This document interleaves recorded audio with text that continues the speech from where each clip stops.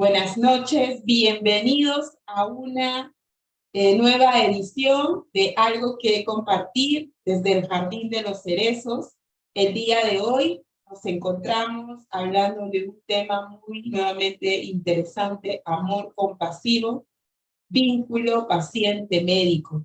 Y el día de hoy tenemos la participación de nuestro invitado, el doctor Gustavo Slinsky, quien nos visita desde el Hospital Universitario Austral de Argentina.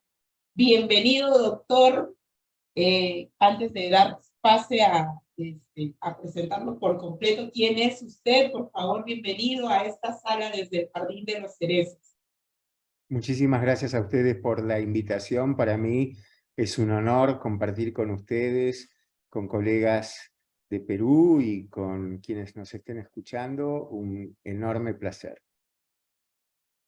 Muchas gracias, doctor. Bueno, el doctor Gustavo Kuzminski es médico de la Universidad de Buenos Aires, hematólogo, miembro de la Sociedad Argentina de Hematología, profesor adjunto de Medicina en la Universidad de Austral, expresidente de la Asociación Argentina de Hematología, además hematólogo especialista en oncohematología, especialista en trasplantes.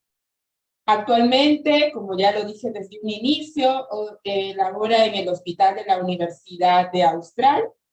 Es autor de 3 novelas interesantísimas que ya nos va a comentar de qué se tratan ellas: Voz, Mujer Italiana, Medanos, Premio a la Narrativa, y el ensayo clínico, ¿ok? Bueno, bienvenido, doctor. Realmente es un gusto hablar de este tema junto a usted, que ha hecho toda una estructura de cómo debe ser este tratamiento, este vínculo tan importante entre el paciente y el médico. Qué clave, qué importante para los que en algún momento, creo que en algún momento de nuestra vida todos somos pacientes, todos en algún momento. ¿Qué tan importante, decíamos en la introducción, es este vínculo? Volvemos, regresamos, aporta la adherencia del tratamiento. ¿Por qué es tan importante, doctor? ¿Podría comentarnos un poco acerca de este proceso? Y antes, también los invitamos a todos, nuevamente no olviden dejar sus preguntas. Aquí vamos a ir contestándolas a la medida de lo posible dentro del programa. Adelante, doctor. Bueno, yo creo que el vínculo entre el paciente y el médico, el vínculo entre él, la paciente y él, la médico, médica, es el núcleo central de una cuestión que se ha tornado sumamente compleja, rica y cambiante, que ha cambiado muchísimo a lo largo de la historia, en donde uno podría decir que tradicionalmente el vínculo entre pacientes y médicos hubo de ser concebido durante mucho tiempo, hasta hace no tanto, como una especie de regla recta y descendente de arriba hacia abajo, en donde el médico o la médica solía estar arriba y el paciente o la paciente abajo, en una situación en donde la palabra del médico era una palabra no puesta jamás en duda, casi como la voz de un amo que dictaminaba, sentenciaba y establecía una pauta, un camino, un tratamiento. Y el paciente debía de alguna forma ser obediente a eso. Y eso inclusive está infiltrado en el lenguaje, ¿no? No sé si para ustedes es así, porque en nuestros distintos países, inclusive en nuestras distintas regiones, a veces tenemos formas distintas también de hablar, pero en la Argentina muchas veces escuchamos que los pacientes dicen: doctor, ¿me puede dar las órdenes médicas, por favor, para que yo me lleve a casa? Y se refiere a lo que también se llaman las recetas o las prescripciones, ¿no es cierto? Pero fíjese que es muy fuerte todavía como está establecido como orden, ¿no? Entonces, Como un tema jerárquico, ¿no? exacto, esa Dictatorial. jerarquía, eso que se ha llamado la relación paternalista en el vínculo entre pacientes y médicos. Es decir, el médico, ok, como un padre que alecciona o indica las cosas que tiene que hacer a sus pacientes. Y yo creo que han habido cambios muy fuertes en donde todas las políticas de derechos humanos, todas las políticas de entender los derechos de las minorías, entender los derechos de los pacientes, entender lo que los pacientes necesitan y empezar a escuchar su voz, ha comenzado a transformar este vínculo de ese modelo paternalista y verticalista, a un modelo un poco más horizontal, y esa horizontal llamarla no paternalista, sino un poco más fraternal, y comprender esa relación desde esa perspectiva un poco más llana, lo cual no significa necesariamente que nosotros debamos establecer un vínculo afectivo igual al de un hermano, pero sí entender que somos pares, que somos gente que se encuentra, y ese encuentro no debe ser percibido como con jerarquías, en donde yo siempre sostengo: ¿qué es lo que hago yo? ¿A qué me dedico? Bueno, yo me dedico a ayudar. Y cuando viene un paciente, le explico, yo me dedico a ayudarlo. Mi voluntad es la voluntad de encontrar la forma más efectiva, la forma más eficiente de ayudarlo en un encuentro, que eso está definido inclusive por grandes y conocidos historiadores de la medicina, como el doctor Pedro Laín Entralgo, en un encuentro que a priori se interpreta como un encuentro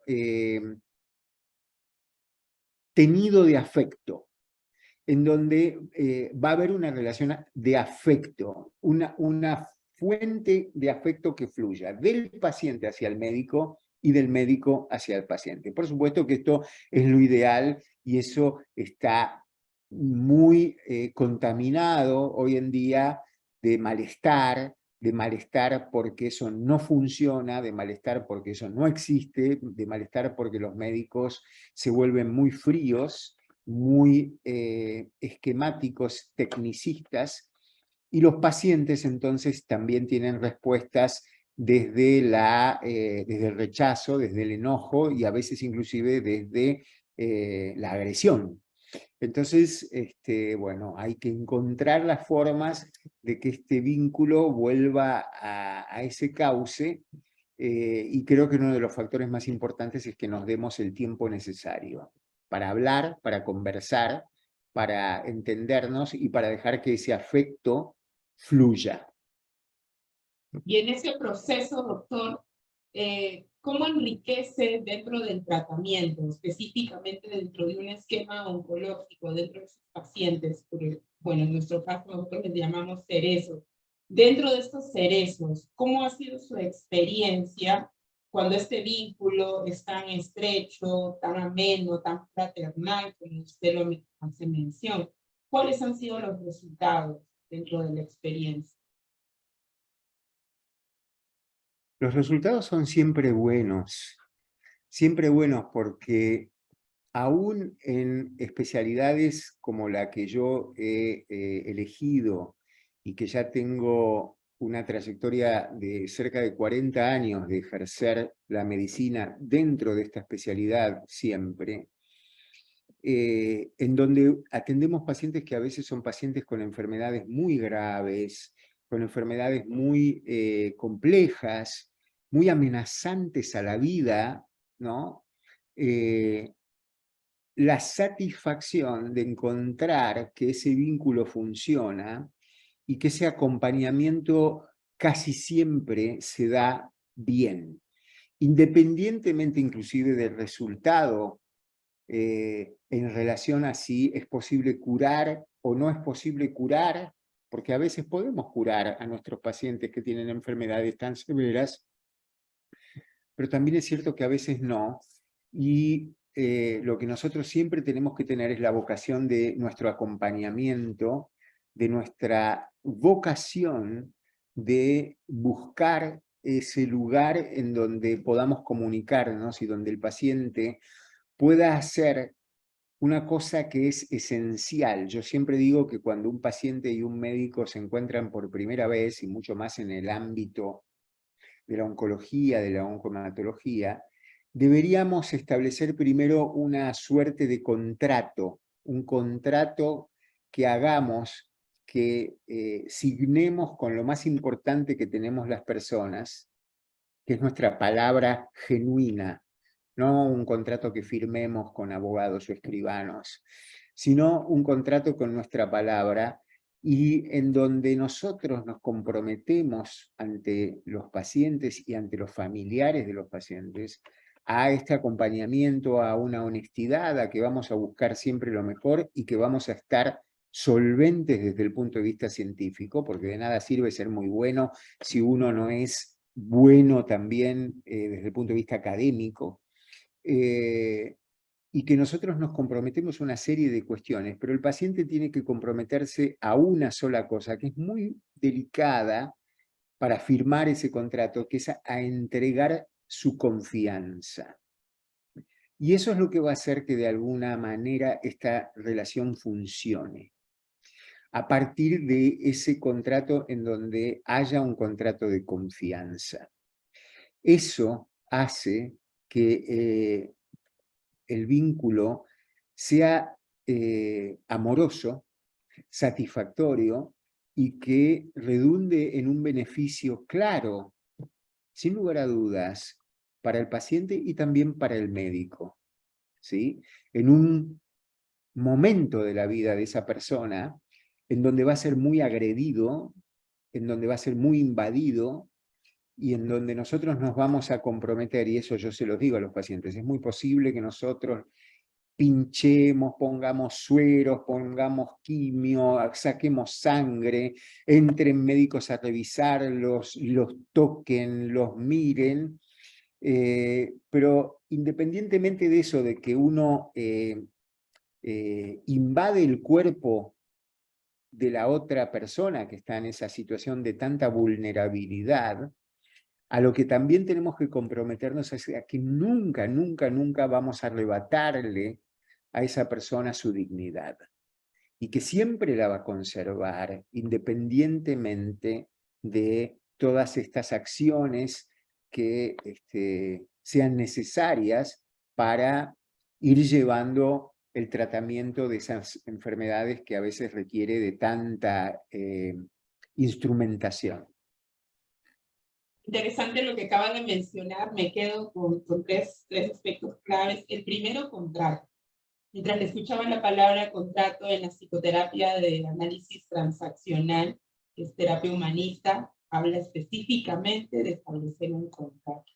Y cuando habla Eric Berne del contrato, habla que el contrato es pues, más allá de una promesa, habla de un vínculo de persona a persona, un acuerdo de mutuo beneficio de transacciones. O sea, están transando para obtener ambos un beneficio mutuo, ¿no? Yo aporto, contribuyo como profesional y yo como paciente aprendo y logro una transformación o fortalecimiento por el que voy en busca. Por eso me convierto en el cliente, ¿no? Entonces, desde el análisis transaccional, de hecho, hablan más que del paciente-cliente, porque es una transacción. Y es interesante porque cuando a veces nuestra idea de cliente podría tornarse al hecho comercial, dinero, ¿no? Pero no, estás hablando que más allá tienes un servicio que otorgar y un producto que entregar, y este producto que entregar no es otra cosa que tu vocación, tu trabajo como profesional, y entregar a esa persona que también, y aquí tiene la segunda parte, y usted indicaba decir, invade su cuerpo, ¿no? En el caso de la psicología, podríamos decir que invade el cuerpo, pero también la mente, ¿no? Incluso yo diría que la medicina también invade la mente, ¿no? Porque es algo clave de entender muchas veces, y tal vez usted lo sabe más, en el proceso de un tratamiento, si el paciente, el rol del paciente, el rol del cerezo, no se compromete también en este vínculo, en esta relación, también es más complejo que el tratamiento funcione, ¿no? Entonces es un tú por tú, o sea, yo doy, tú das, ¿no?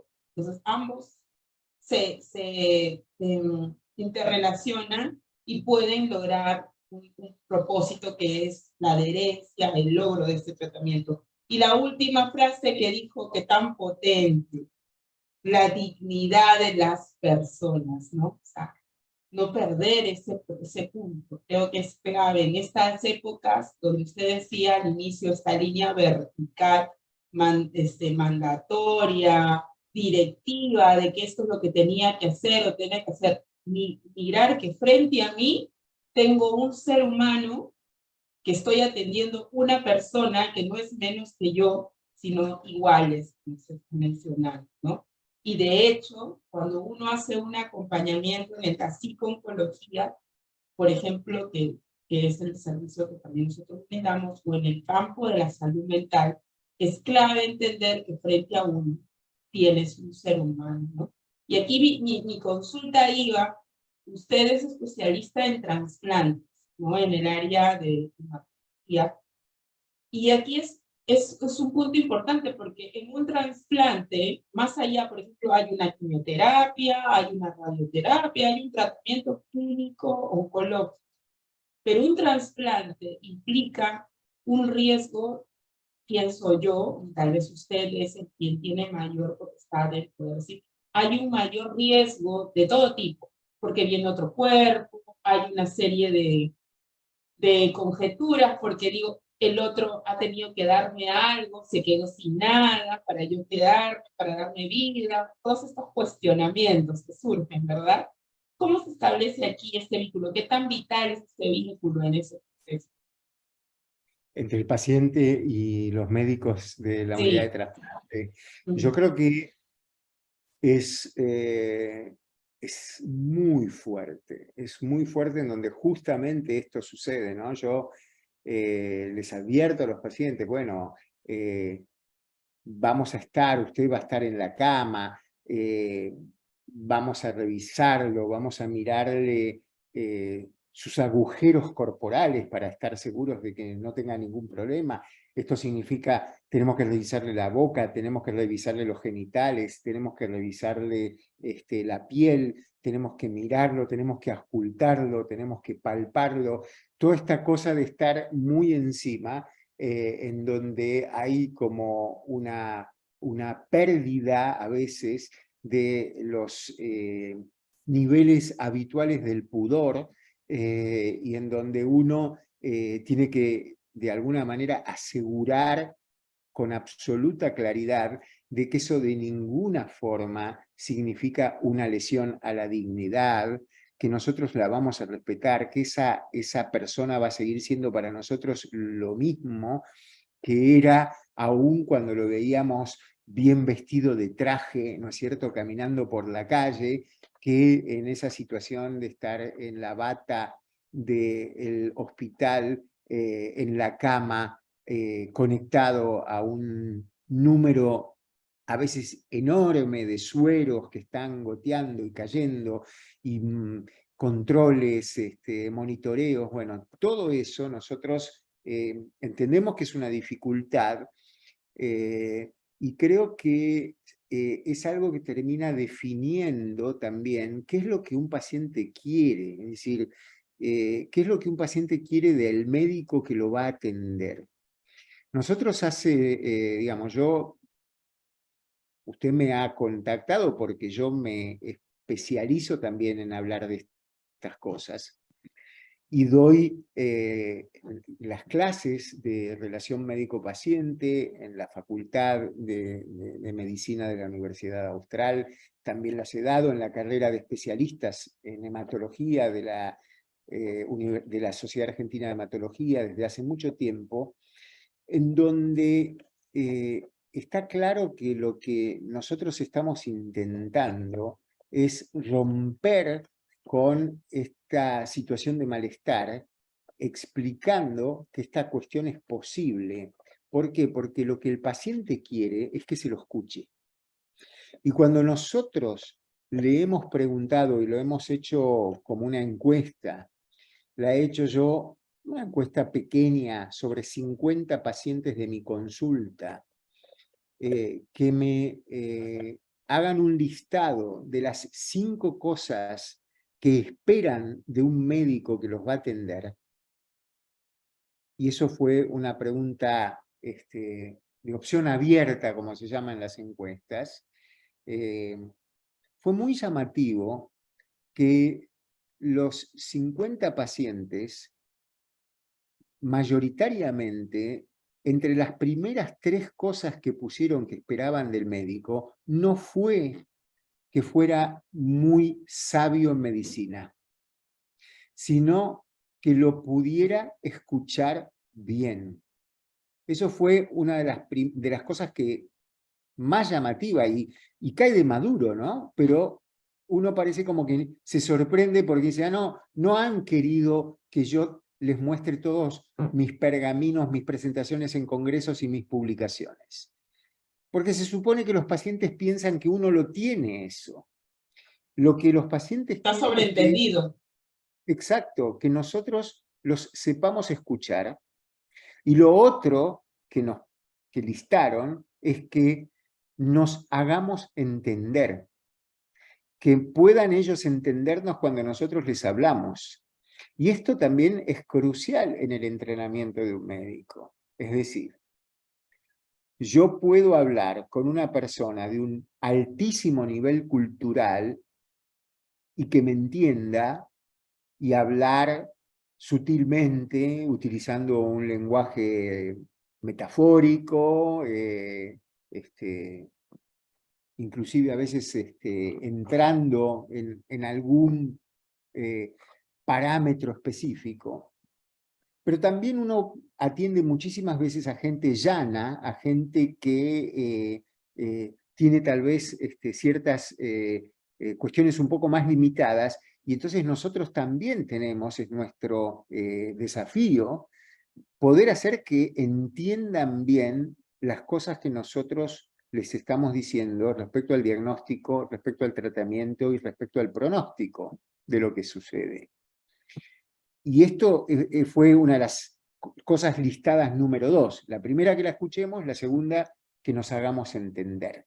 Entonces, claramente, lo que los pacientes nos estaban diciendo que querían era que hubiera una buena comunicación, tanto en un vector como en el otro vector, ¿no? Y que esto sentían que era la situación de mayor malestar que percibían con los médicos que los trataban.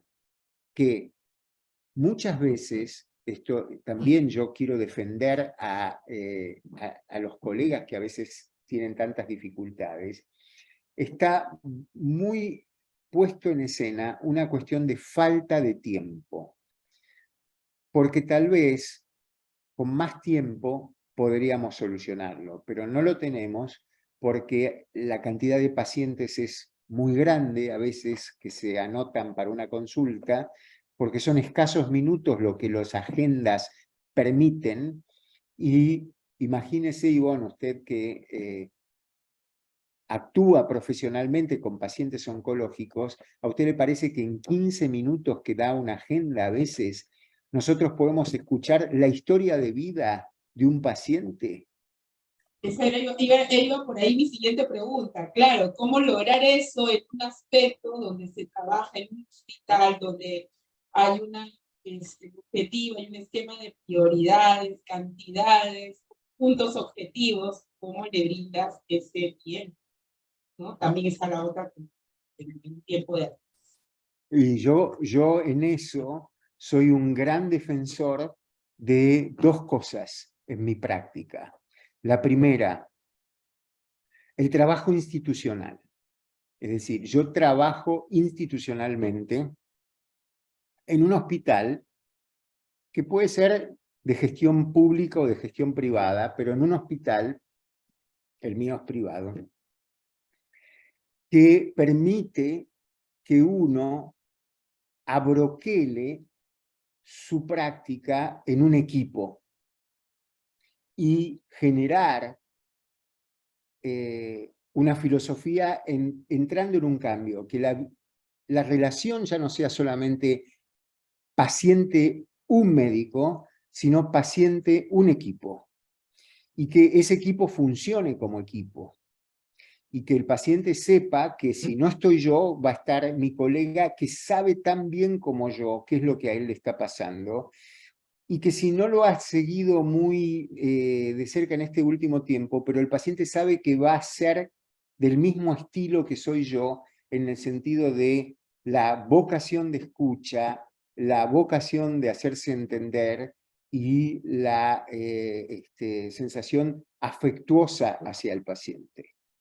Si el equipo está imbuido de esto, eso va a generar que haya como una suerte de colchón en donde podamos generar una ingeniería del tiempo para que las agendas se puedan descomprimir un poco y que al mismo tiempo nosotros podamos ordenar en donde consultas de primera vez o consultas específicas en donde uno sabe que se va a hablar un tema difícil, tengan un tiempo cuasi libre, y una consulta de un paciente que ya hemos conocido y que nos viene a traer el resultado de su hemograma para ver si sí o si no va a poder recibir la quimioterapia, sea un hola, ¿qué tal, querido amigo? ¿Cómo estás? ¿Cómo va todo? Acá le traigo mi hemograma, acá te traigo mi hemograma, a verlo, sí, sí, no hay problema, vamos adelante con la quimioterapia. Y eso fue, suponga, una consulta de 5 o 10 minutos, que ya se ha hecho porque ya hemos hablado en otra ocasión, largo, largo y tendido, ¿no? Y nos conocemos como personas. Y eso es lo que yo le digo a mis médicos en formación, a los que enseño, cuando vienen y me cuentan un paciente. Y me dicen, doctor o Gustavo, te voy a presentar un paciente que vimos por la guardia que se ha internado, ¿no? Entonces, es como muy frecuente, dicen, un paciente de sexo femenino de 38 años con diagnóstico de esto y de lo otro, que se ha internado ayer por la presencia de fiebre, bla, bla, bla. Entonces yo le digo, pará. Una pregunta. ¿De qué cuadro es el paciente? Bueno, ¿cuál es el nombre? Se supone que me lo ha dicho, ¿no? Pero ¿de qué cuadro es hincha? ¿Es de Boca? ¿Es de River? ¿Tiene perro en la casa o no tiene perro en la casa? ¿Cómo es el nombre de sus hijos? ¿Cuántos chicos tiene? ¿O cuántos? Entonces, eso, el médico dice, yo digo, bueno, faltó un poquito de conversación. Volvé, conversá y volvemos a hablar en un ratito. Establecer ese vínculo, ¿no? Adentrarse más allá de la historia clínica, más allá de la anamnesis, más allá de ese vínculo, saber qué hay detrás de esa persona, más allá de su cuadro médico, como lo dice usted, Porque de su nosotros cuadro tenemos que, diagnóstico. sin lugar a dudas, porque esto se En una dice en persona. todas partes, que no es una enfermedad, sino que es una persona, y esto lo dicen todo el mundo, pero la mayoría de la gente no lo hace, lo sigue diciendo y sigue pensando en la enfermedad y no en la persona. Entonces, bueno, esto es una biografía, es una historia de vida, es un mundo increíble que hay cuando uno, ¿no? Como yo digo, uno está en el pasillo del hospital y ve las puertas de las habitaciones cerradas y es como que hay un silencio en el pasillo que de pronto abrimos la puerta y nos encontramos con una escenografía, con una puesta en escena de una situación en donde ahí ya vemos la cama, vemos al paciente, vemos su actitud corporal, vemos quién lo está acompañando, vemos si se están dando la mano, vemos si está descansando, si tiene una expresión de angustia, de lo que sea, pero en el momento que abrimos la puerta es una historia del mundo que se abre, ¿no? Y eso también hace que nuestra tarea sea una tarea verdaderamente privilegiada y de la que tenemos que ser muy cuidadosos porque así como ayudamos, a veces podemos producir grandes daños. Establecer este vínculo, qué importante lo que dice, ¿no? Personalizar al paciente, ¿no? Que es una nueva historia. Vamos a ir respondiendo algunas preguntas que ya nos están haciendo, doctor. Me permite un poco. Bueno, buenas noches. Gracias, Miriam Limper, por acompañarnos. Elqui Álvarez, buenas noches. Dice Marta González. Marta González desde Argentina, un abrazo de corazón a Gustavo. Dice, gracias Marta, muchas gracias. Marta Si nos es la dice, Marta que yo pienso, es sí, una gran y amiga a la que adoro desde siempre. dice, no puede hablarse de consultante u otra palabra que no sea paciente. Gracias Marta, de hecho, desde el Jardín de los Cerezos anulamos esa palabra paciente y les decimos cerezos, ¿no? Y para Marta que de repente se ha conectado, ¿por qué son cerezos? Porque los cerezos que emergen de la planta del cerezo, que florecen de la planta del cerezo, el cerezo para que florezca primero tiene que pasar por un crudo invierno, donde el tallo, las ramas logran resquebrajarse tanto, se quiebran tanto que a veces parece que se va a romper. Sin embargo, después de ese crudo invierno, cuando empieza la primavera, se florecen, y cuando florecen son un manto de color que ilumina el espacio donde está. ¿Quién más que los pacientes oncológicos para representar a un cerezo?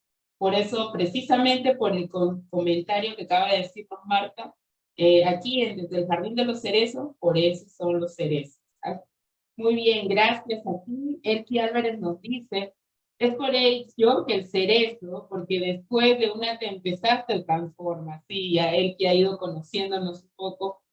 Linda noche, de la Escuela Internacional de Tanatología de Jalisco, excelente. Elena Carranza nos dice, ¿cómo se manifiesta el amor compasivo al paciente? Dice, ¿cómo representar el amor compasivo? La primera pregunta aquí algo ya comentó el doctor Elena, hablaba de la dignidad de la vida, ¿no? Se entiende muchas veces que la compasión se relaciona la compasión con la lástima, con la pena, ¿no? Pero la compasión es entender que el otro sufre tanto como yo. Por lo tanto, entablar un vínculo, como decía el doctor, este vínculo fraternal nos hace comprender, nos ayuda a entender que frente a mí tengo otra persona que está sufriendo, que tiene una necesidad, y al entender que el otro también puede sufrir como yo, entonces empiezo a desarrollar este vínculo, ¿no? Es importante. De repente aquí, doctor, ¿usted quiere agregar algo más en esta pregunta? Yo pienso que esta concepción de la transversalidad y no de la verticalidad, de la horizontalidad, perdón, y de no la verticalidad, de lo fraternal y no de lo paterno, de lo paternalista, funciona como un punto de inicio. El afecto como una cuestión deseada no necesariamente tiene que forzarse, y por supuesto que nosotros vamos a encontrarnos con pacientes con los que de pronto no solamente podemos ejercitar nuestra empatía, que es una cuestión que uno puede entrenar, sino que de pronto encontramos gente muy afín, muy en común, y de pronto nos hacemos amigos, verdaderos amigos con esa persona. Yo no tengo para nada en ese sentido un vínculo, un marco de ortodoxia, como a veces tienen los psicólogos o los psicoanalistas, o los médicos que tratan de preservar mucho su propia intimidad porque no quieren que sea conocida, vaya a saber uno bien por qué. Y yo, no, yo cuento quién soy, cómo soy, qué es lo que me ha pasado en la vida, qué es lo que hago, de qué cuadro soy yo, qué es lo que a mí me importa, qué sé yo. ¿De qué Además, cuadro es usted, doctor? ¿De yo soy Boca? independiente, yo soy de un De, cuadro destinado al sufrimiento en la Argentina que tuvo un pasado glorioso y que ahora simplemente vivimos de ese pasado glorioso. No soy muy fanático del fútbol, pero bueno, es como que está ese sentimiento afincado, ¿no? Pero es como algo de lo que nosotros hablamos, de estas cuestiones que establecemos como un código en donde tratamos también de reconocernos. Y lo que yo les digo a los médicos, a los que enseño a veces o que nos vamos formando, que el gran desafío es poder hacer que el vínculo afectivo funcione con aquel paciente con el que no tenemos nada en común, con el paciente que inclusive es alguien que sentimos como ajeno, que tiene a veces un valor diferente. Es decir, nosotros tenemos que lograr el acompañamiento y la horizontalidad aún en un paciente con el cual no seríamos nunca amigos, pero a quien le tenemos que dar esa misma sensación de confort frente a la desazón que coloca una enfermedad tan grave como una leucemia, como un linfoma, como la necesidad de hacer un trasplante de médula ósea, ¿no? Y entonces eso uno lo puede hacer sin necesariamente comprometerse en una relación de amistad profunda, ¿no es cierto? Pero sí de generar un afecto genuino en donde eso tiene que ver con ese estilo compasivo que no necesariamente tiene que ser, como muy bien señalaba, de lástima. No tiene nada que ver con la lástima, la compasión. claro. La compasión, en resumen, de hecho, como usted indica, tiene que ver más comprender que el otro hay una dignidad, por ende merece respeto, ¿no? Entonces, esa compasión se establece bajo ese respeto, ¿no? Aquí también él nos menciona, dice, es importante, no, perdón, Elena nos dice, es importante que el conocimiento de quien el paciente me parece genial y que se muestre interés, saber algo de su historia. Lo felicito, doctor, indica, ¿no? Elki nos dice, el amor compasivo no es decirle que eres fuerte, tú puedes, frases como esas, o eso es correcto decir, dice Elki, pregunta, ¿no? Decirle al otro, es fuerte, eres, vamos, tú puedes, alentar. Eso significa ser amor compasivo, a eso se refiere él, es la pregunta, doctor. Yo creo que uno tiene que medir y ver bien qué es lo que genera cada palabra que decimos en lo que le está pasando al paciente, y lo vamos viendo en la medida en que vamos como diciendo cada vocal de la palabra que estamos diciendo. Y hay algunos pacientes a los que les puede ser muy útil que le digamos, vos podés, dale que podés, hacé fuerza, vas a poder, te vamos a acompañar, vamos a estar con vos. Y hay algunos pacientes que les hace mal que nosotros le digamos eso, ¿no? Que les hace mal porque se sienten frustrados, porque sienten que no están pudiendo y que no Colmar las se están expectativas del familiar, del comportando cuidador. como la gente espera que se comportaría alguien en una situación así. Y yo creo que nosotros lo que les tenemos que decir es que hay que hacer lo que se puede, pero que hay ciertas cosas que son necesarias intentar, porque todos la tienen que atravesar, y que nosotros vamos a estar acompañándolos dándoles la mano y que no se las vamos a soltar. Pero bueno, eso vuelvo a repetir, es muy individual y uno va como aprendiendo a ir viendo cuál es la reacción de la cara que pone el paciente cuando uno le dice eso. Hay pacientes que quieren que uno les diga toda la información muy objetivable, con números, con cuestiones, y hay pacientes que necesitan que uno se los dibuje, por decirlo de alguna manera, en una narrativa diferente. Nunca tergiversar la realidad, nunca mentir, jamás mentir, pero también ofrecer formas de decir esa información de tal modo que haya una buena recepción, tolerancia y que no cause un daño irreparable en nuestra forma de decirlo. Y aquí, precisamente hablando de la narrativa, nos vamos a atrever un poco a conocer, que nos cuente un poco de esta novela, Médanos, Premio de Narrativa Hispanoamericana, ¿no? Un punto ahí entre la mentira y la verdad, ¿no? Cuéntenos un poquito, porque mientras hablaba de la narrativa entre la mentira y la verdad, inmediatamente me colmó ahí esto. ¿Por qué es este título tan importante? ¿A qué se debe? ¿Cuál es la trama del libro, esta novela? Bueno, eso es...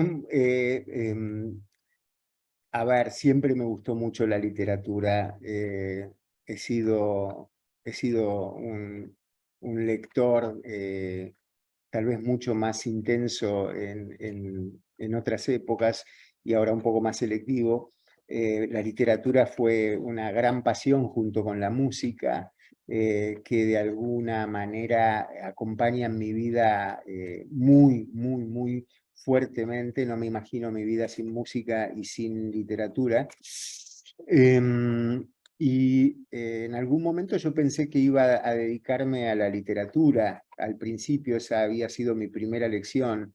Y después finalmente me volqué a la medicina, probablemente por una tradición familiar, ya que mi padre y mi abuelo, mi padre es médico, mi abuelo era médico y varios integrantes de la familia. Y entonces surgió esto de alguna naturaleza que se expresó en empezar a escribir, y escribí estas novelas.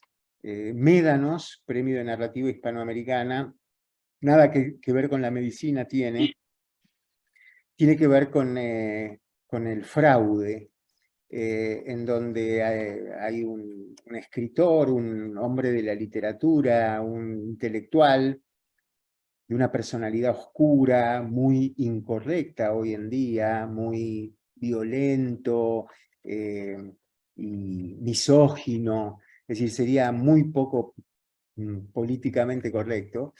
Este hombre, que es un hombre que escribe, recibe un llamado de su agente literario que le dice que le va a arreglar que él gane el premio de narrativa hispanoamericana en tanto presente una obra, la que sea que tenga, que la presente y que va a ganar el premio.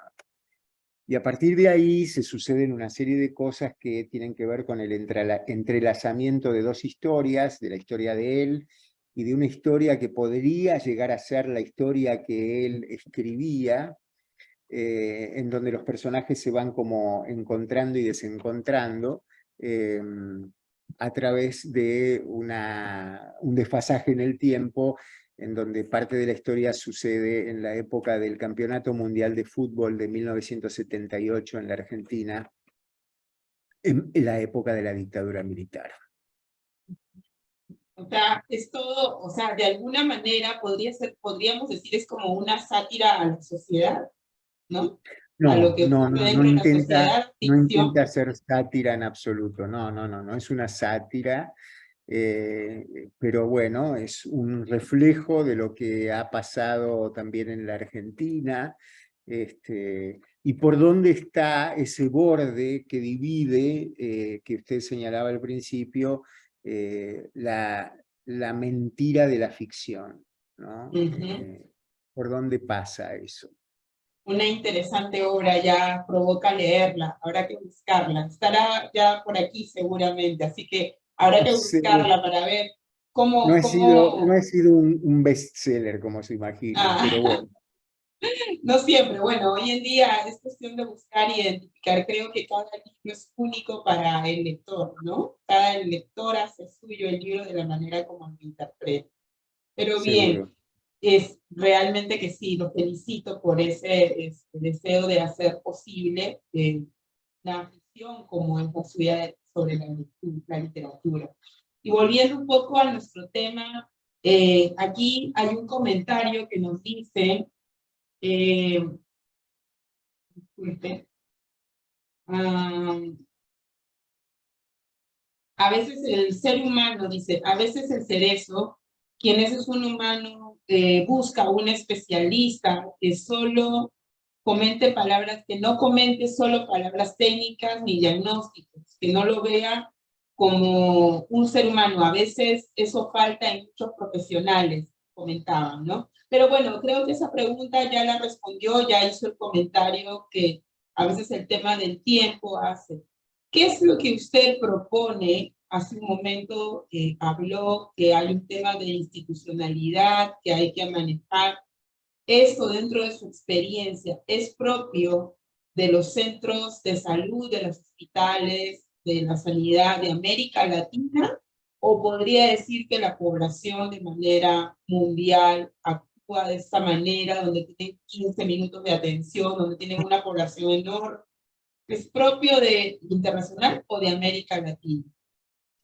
Hace un par de años salió publicado en el Washington Post, que es una de las publicaciones de periodismo gráfico más importantes de los Estados Unidos, la experiencia que resaltó un periodista que se hizo en un centro universitario de los Estados Unidos que se llamó la Oncotalk, es decir, la charla oncológica o la oncocharla, en donde le recomendaban a los médicos oncólogos que tuvieran una conversación de 15 minutos con el paciente, de conversar, solamente de temas que no tenían que ver con la enfermedad que estaban teniendo ni con el tratamiento.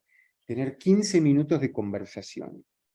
Y esto, ellos obviamente como son muy objetivadores de todas las cosas que emprenden, midieron qué efecto tenía y observaron que había aumentado muchísimo los índices de satisfacción que tenían los pacientes que concurrían al servicio, que disminuyeron muchísimo las reconsultas, que disminuyeron ciertos litigios y ciertas querellas que también podían haber, y que tanto los médicos como los pacientes se mostraron muy satisfechos de haber implementado esto.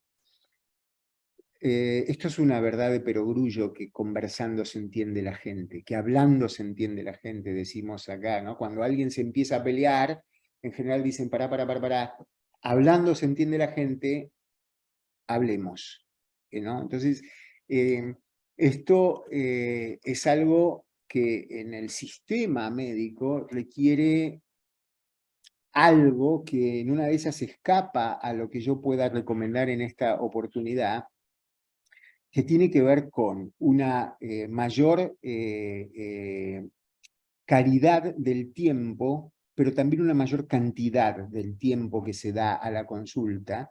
Esto tiene una fuerte situación de dificultad económica, porque hay que pagar mejor ese tiempo. Los médicos tienen que sentirse mejor retribuidos también por el tiempo que le dedican al paciente. Y esto, los administradores de la salud y los que financian todo esto no lo escuchan con agrado.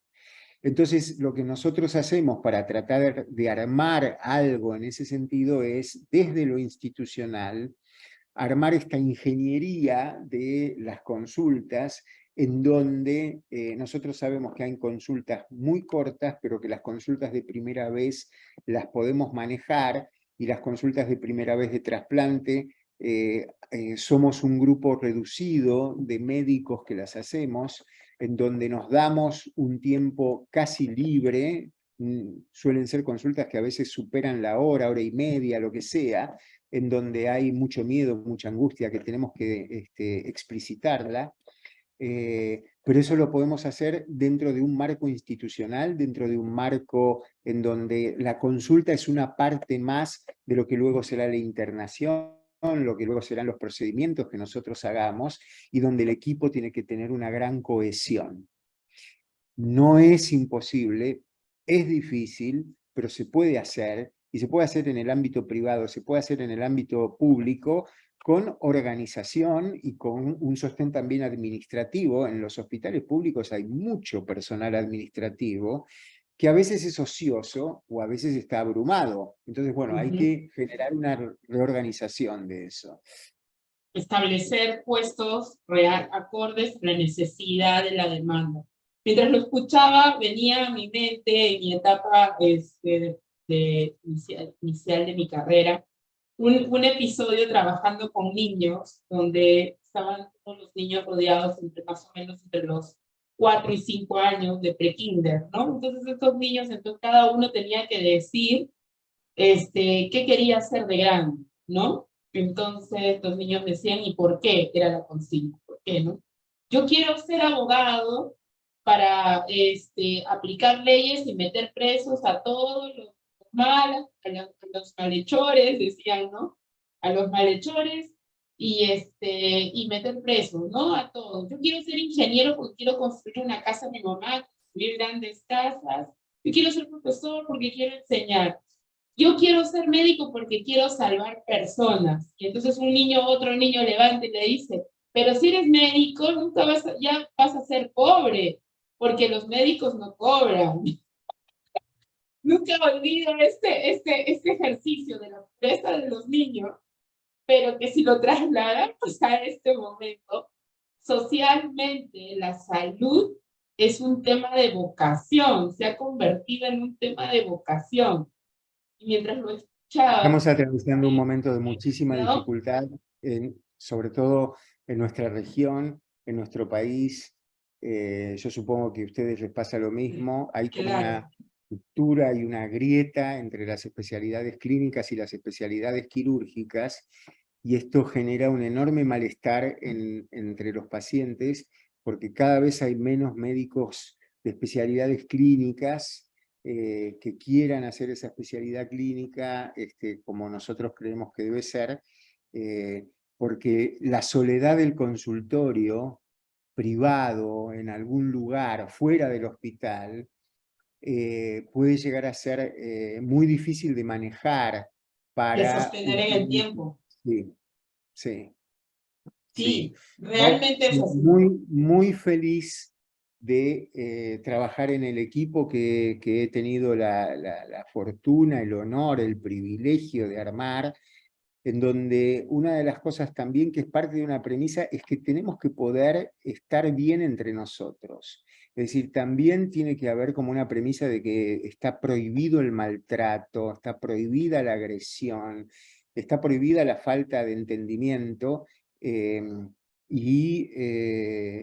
bueno, eso tiene mucho que ver con la posición del que está liderando el equipo, en donde tenemos que saber mirar cuando hay alguien que está con algún problema, ser muy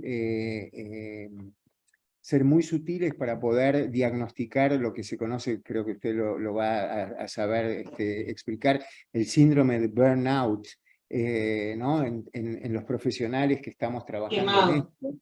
Y decirle a un médico, no te veo bien, te tenés que tomar unos días. No, ¿cómo me decís eso? Mañana suspendé tu consultorio, veremos cómo lo hago, porque no te veo bien. Y yo eso en alguna oportunidad lo he hecho, y entonces el equipo se siente también respaldado por una situación en donde sabemos que nos estamos mirando, cuidando y tratando de que podamos estar todos con cierto grado de satisfacción de la tarea que hacemos, que a veces es tan intensa. Y a veces mal retribuida, ¿no? Como usted decía, esta Sí, labor muy, también muy necesita difícil. ser retribuida. Y es Sí, algo importante lo que usted menciona, porque generalmente se habla mucho, en este caso voy a utilizar el término del cerezo que llega y que de repente encuentra un profesional que no le responde con la misma intensidad, con la misma expectativa que tiene pero por el otro lado también este médico, en lo personal, cuando he tenido estas visitas médicas, estos controles médicos, yo tengo la costumbre, diría yo, la buena costumbre de siempre preguntar, y doctora, ¿cómo está? ¿Cómo ha amanecido? ¿Qué dice la salud? ¿Está bien? ¿Cómo está? ¿Todo bien por casa? Siempre hago esta pregunta. Entonces, recuerdo que muchas veces al inicio como que les chocaba, pero todo el mundo decía, esta persona es así, no quiero que me atienda ese médico, ¿no? Pero yo siempre bueno, yo llegaba y creo, siempre llego y digo eso, y entonces los médicos dicen, wow, ¿no? Y empiezas a entablar una relación, tú rompes, también nosotros como seres, como pacientes, también como consultantes, como nos sugería Marta, también podemos generar ese vínculo, eso también es importante, no es que nos vamos a quedar esperando que solo sea del otro lado, ¿no?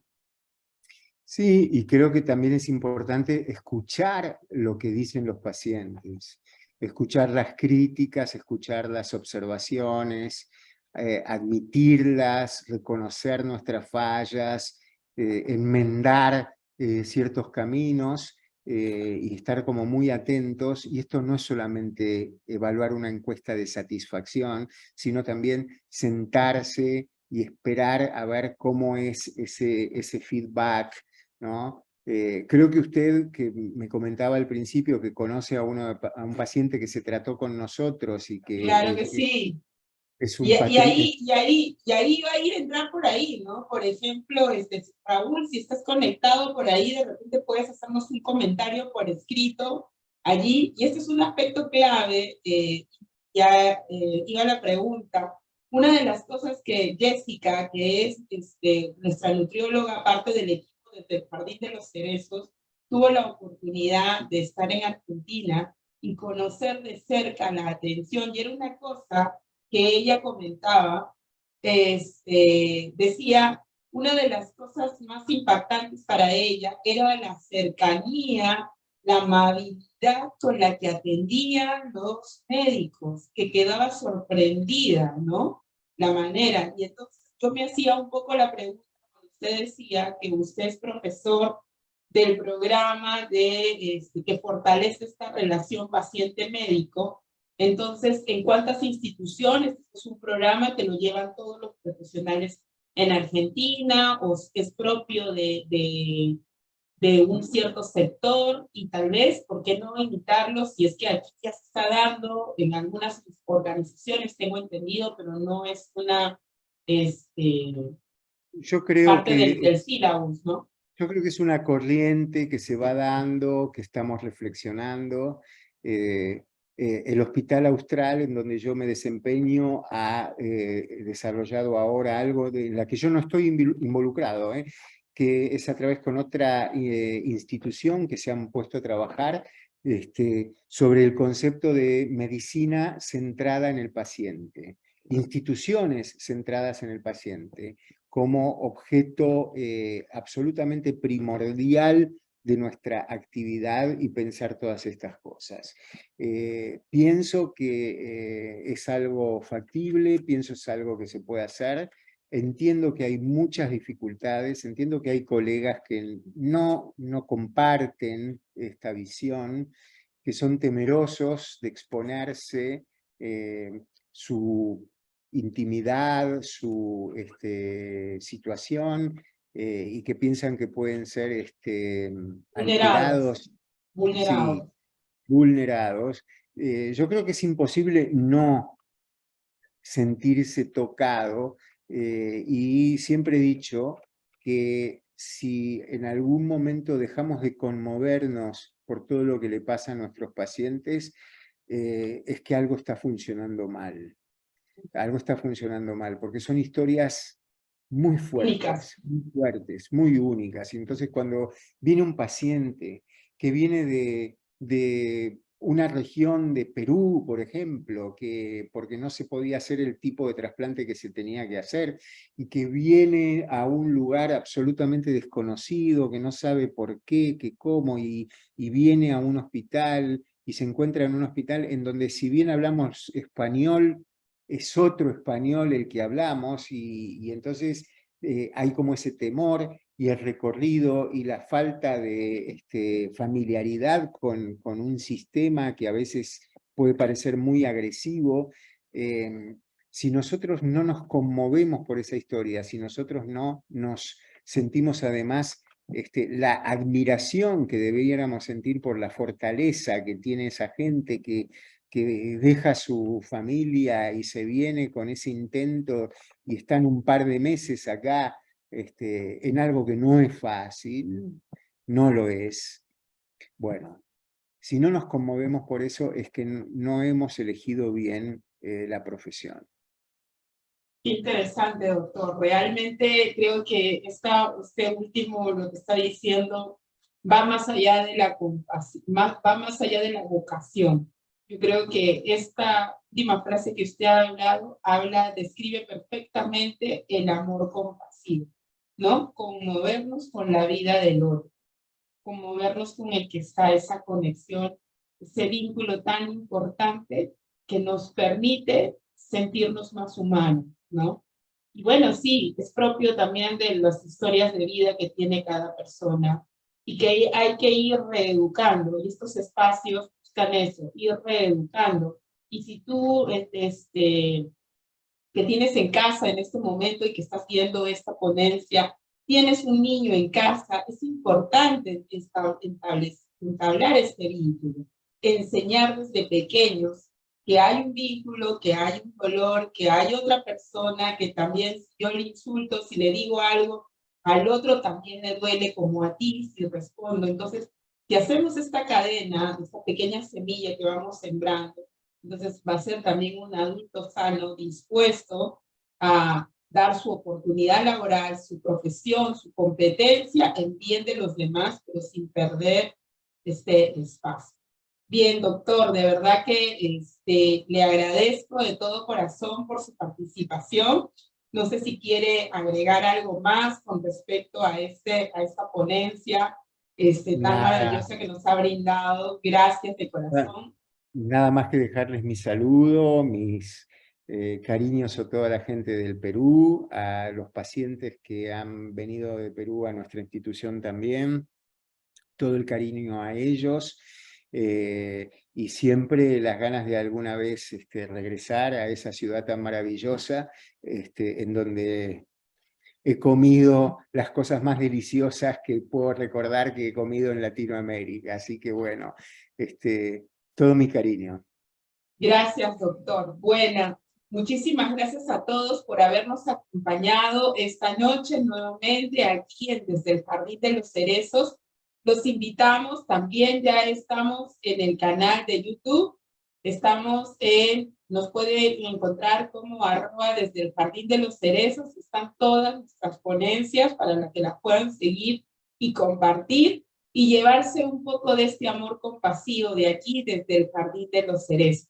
Muchísimas gracias a todos por acompañarnos y nos vemos hasta la próxima sesión el próximo jueves, aquí también a las 8 de la noche, aquí desde el Jardín de los Cerezos. Hasta pronto. Gracias a todos. Hasta luego.